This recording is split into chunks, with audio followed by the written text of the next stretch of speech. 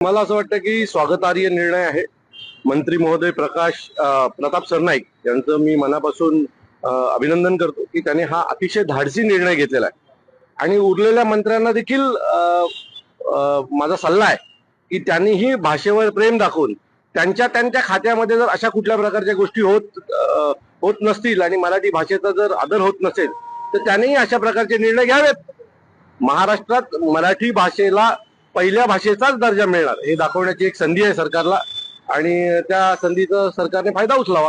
समाजवादी पार्टीचे आमदार जीआर काढलेला आहे आणीबाणीचा, जर येणाऱ्या काळामध्ये जीआर जर रद्द झाला तर मंत्री काय भूमिका? मला असं वाटतं की माझं पुढचं म्हणणं तेच होतं की फक्त कागदावर नकोय, ही गोष्ट कायमस्वरूपी झाली पाहिजे आणि बघूया, कळेल पुढच्या काही दिवसामध्ये 1 तारखेनंतर या महाराष्ट्रात काय होतंय ते।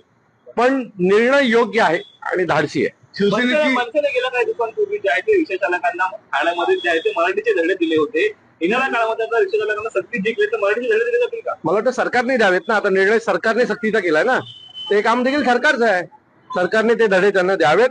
फक्त ज्या वेळेला आम्ही रिक्षावाल्यांशी बोलू त्यावेळेला ते आमच्याशी मराठीत बोलतील अशी अपेक्षा आहे, नाहीतर आमचा हात आणि त्यांचे गाल नेहमीच तयार असतील।